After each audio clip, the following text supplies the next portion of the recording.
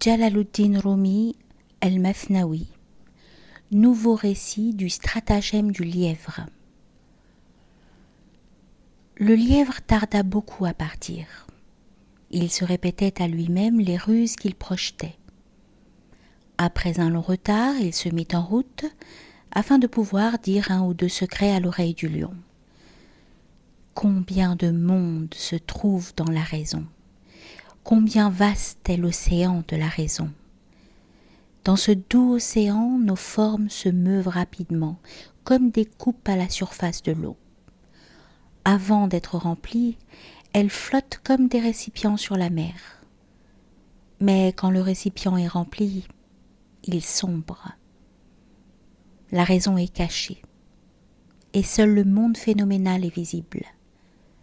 Nos formes en sont les vagues ou les gouttelettes. Quelle que soit la chose dont la forme se sert pour s'approcher de la raison, par le même moyen, l'océan de la raison rejette la forme au loin. Tant que le cœur ne voit pas celui qui donne la conscience, tant que la flèche ne voit pas l'archer qui tire de loin, cet aveugle croit que son cheval est perdu, tout en faisant galoper son cheval sur la route. Il croit que son cheval est perdu, tandis que son cheval l'emporte en avant comme le vent. Il se lamente et s'enquiert de porte en porte, cet insensé, dans toutes les directions, demandant et cherchant « Qui est celui qui a volé mon cheval? Où est-il? Quel est donc cet animal que tu chevauches, ô mon maître? » Oui, c'est le cheval, mais où est le cheval? Ô cavalier habile qui cherche ton cheval, reviens à toi-même. L'esprit est perdu de vue en raison de son évidence et de sa proximité. Comment peux-tu, le ventre rempli d'eau, avoir les lèvres sèches comme une jarre? Comment percevras-tu le rouge, le vert, le roux, à moins de voir la lumière avant ces trois couleurs? Mais comme ton esprit était absorbé dans la perception de la couleur, ces couleurs sont devenues pour toi un voile dissimulant la lumière. Étant donné que la nuit, ces couleurs étaient cachées, tu as compris que ta vision de la couleur provenait de la lumière. Il n'y a pas de vision de la couleur sans la lumière extérieure. Même ainsi, elle est avec la couleur de l'imagination intérieure. Cette lumière extérieure provient du soleil et de l'étoile Suha, tandis que la lumière intérieure vient du reflet des rayons de la splendeur divine. La lumière qui confère la lumière à l'œil est en réalité la lumière du cœur. La lumière de l'œil provient de la lumière des cœurs. Et la lumière qui donne la lumière au cœur est la lumière de Dieu, qui est pure et distincte de la lumière de l'intelligence et des sens.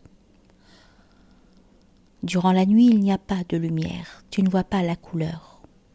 Puis la lumière est rendue manifeste par son contraire. D'abord vient la vue de la lumière, puis la vue de la couleur, et tu connais cela immédiatement par le contraire de la lumière, qui est l'obscurité.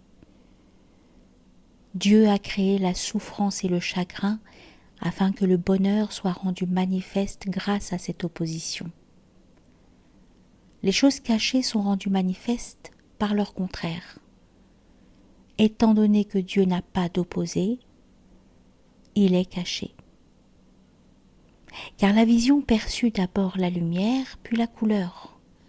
L'opposé est rendu manifeste par son opposé, comme les Grecs et les Éthiopiens.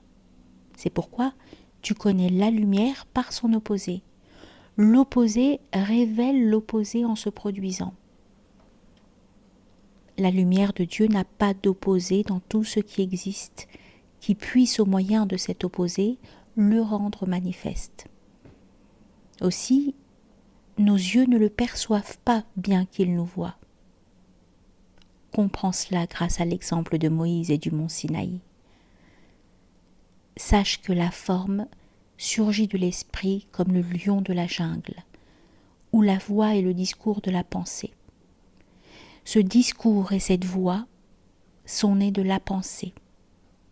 Tu ne sais pas où se trouve la mer de la pensée, mais comme tu as vu que les vagues de la parole étaient belles, tu as su que leur mer, elle aussi, était sublime. Quand les vagues de la pensée se sont précipitées de l'océan de la sagesse leur a conféré la forme de la parole et de la voix. La forme est née de la parole et est morte à nouveau. La vague s'est retirée à nouveau dans la mer. La forme est venue de ce qui est sans forme et y est retournée, car en vérité c'est à lui que nous retournons. À chaque instant tu meurs et tu reviens.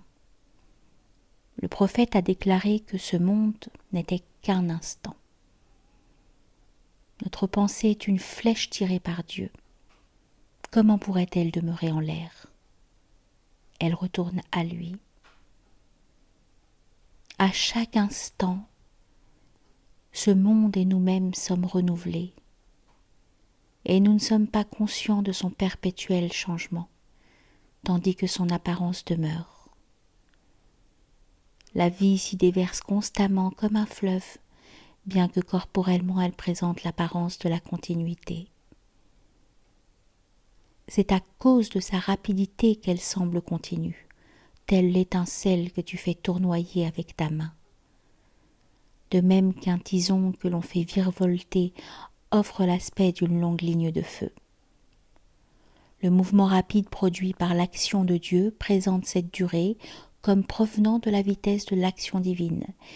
Même si le chercheur de ce mystère est un homme extrêmement instruit, dis-lui: tu trouveras en Hossein-ud-Din, comme en un livre sublime, la clé de ce mystère.